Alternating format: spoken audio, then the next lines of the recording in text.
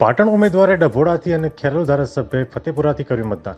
આજે ગુજરાતભરમાં 25 સીટો માટે મતદાન થઈ રહ્યું છે, ત્યારે પાટણના ભાજપ ઉમેદવાર ભરતસિંહ ડાભીએ પોતાના ગામ ડભોડાથી મતદાન કર્યું હતું, જ્યારે ખેરાલુ ધારાસભ્ય સરદારભાઈ ચૌધરીએ પોતાના ગામ ફતેપુરાથી મતદાન કરી જીતનો વિશ્વાસ વ્યક્ત કર્યો છે। હાલ ખેરાલુ વિધાનસભા પર મતદાન થઈ રહ્યું છે। જનતા પોતાના મતાધિકારનો ઉપયોગ કરી રહી છે। ખેરાલુના તમામ બૂથ ઉપર શાંતિપૂર્ણ મતદાન થઈ રહ્યું છે। સાથે તંત્ર દ્વારા ગરમીને લઈને મતદારો માટે તમામ પ્રકારની સુવિધાઓ રાખવામાં આવી છે। અહેવાલ જીગર મેવાડા, ખેરાલુ। પાટણ લોકસભા 3માં આજે ચૂંટણી પ્રક્રિયા શરૂ થઈ ગઈ છે। મેં મારા ગામમાં બૂથ નંબર 4માં મતદાન કર્યું છે। લોકશાહીની આ પ્રક્રિયામાં પાટણના મતદારો ઉત્સાહભેર ભાગ લઈ રહ્યા છે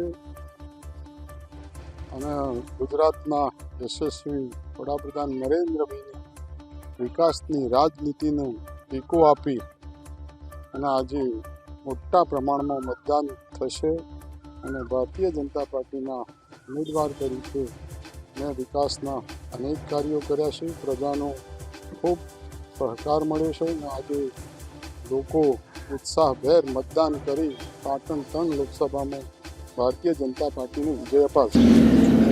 આજે આપણા સૌથી મોટા લોકશાહી દેશમાં યોજાઈ રહેલી લોકસભાના આ ચૂંટણી પર્વે મેં મારા વતન પાટણ લોકસભાના ખેરાલુ વિધાનસભાના ફતેપુરા મુકામે મતદાનનો ઉપયોગ કરી મેં મતદાન કર્યું અને મારા વિસ્તારની સમગ્ર જનતાને એમને મળેલા મતાધિકારનો ઉપયોગ કરી વધુમાં વધુ વોટિંગ કરવું, 100% વોટિંગ કરી અને આપણી લોકશાહીના પર્વને ઉજાગર કરીએ એવી હું સમગ્ર જનતાને શુભેચ્છા પાઠવું છું અને વિનંતી કરું છું, અપીલ કરું છું। સાહેબ, ખેરાલુ વિધાનસભામાં કેટલું મતદાન રહેશે આ વખતે? આ વખતે ખેરાલુ વિધાનસભામાં વધુમાં વધુ વોટિંગ થશે અને